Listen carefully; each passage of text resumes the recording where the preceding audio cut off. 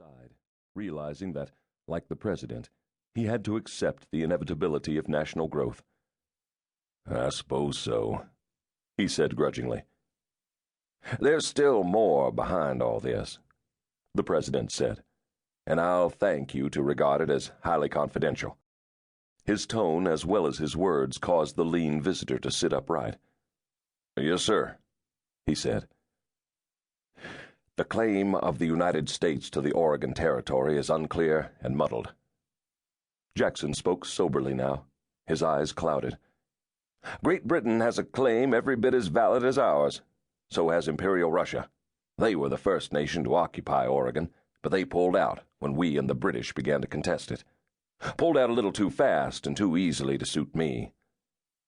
"What you're saying, Mr. President, is that this country is in a battle with two of the world's most powerful nations. It could be three of them if Spain should decide to press her claims.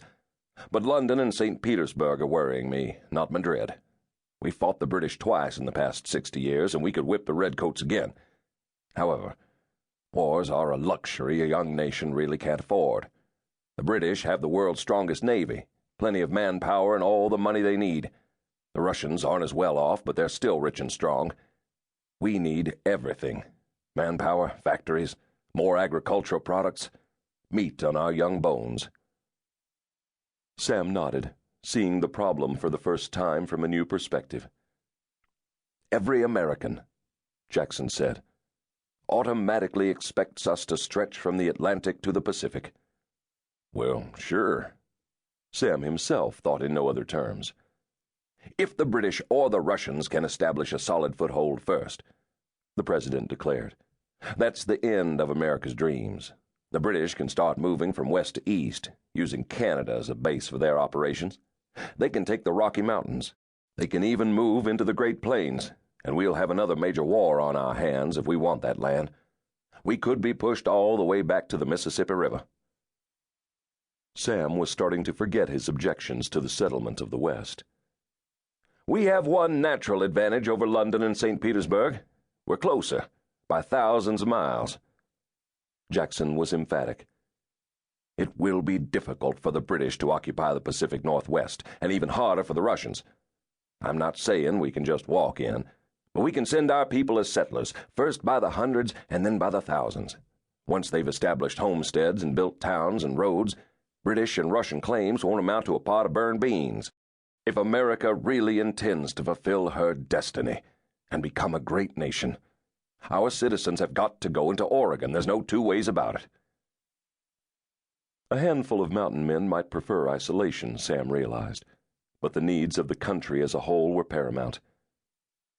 "Much as we need settlers in Oregon," the president continued, "we're not asking them for favors.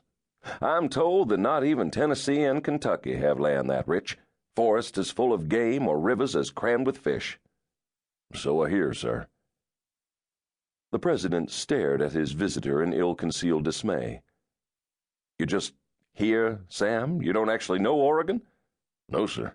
I've done no traveling the other side of the Continental Divide, but I won't let you down, Mr. President." "That's good to hear. How well do you know the town of Independence?" "Well, there isn't all that much to know, sir. Has a general store and a couple of taverns." "That's going to change. The settlers bound for Oregon will need a supply base, and we aim to build up Independence. Would you be willing to act as wagon master of the first train as far as Independence, and then stay there to organize a depot for later trains?" "I'll do anything you want, Mr. President." "Thank you. Now, once I find a guide who'll take the first band of settlers from Independence to the Pacific, I'll be ready to start talking to the financiers." "I have your man," Sam Brentwood said. Jackson leaned forward in his chair. "Mike Holt is my friend. Out in the Rockies, he's known as Whip, because he can do things with a bullwhip as a weapon that you wouldn't believe. He's still in his 20s, at least 10 years younger than I am, but he's been a hunter and trapper for a long time. He knows the Great Plains and the Rockies as well as I do, and he's friendlier with the Indian tribes out there. And he's gone through the Oregon Territory at least twice." "Do you suppose he'd be willing to replace you at Independence?" "I think he'd do it for me, and I know he'd ride a log down the Colorado River rapids if you asked him to do it. You're his idol." "That's